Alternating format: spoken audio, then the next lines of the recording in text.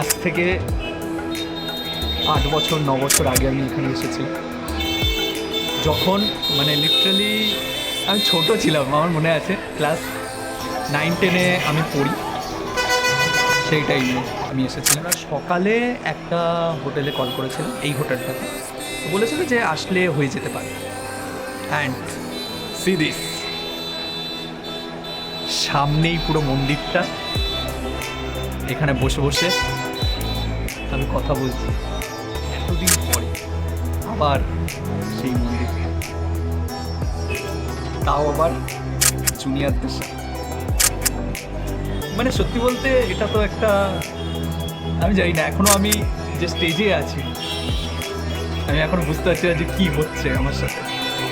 তো এই দিক থেকে বেশ ভালো লাগছে, টু বি অনেস্ট। দেখা যাক আরও কি হতে চলেছে।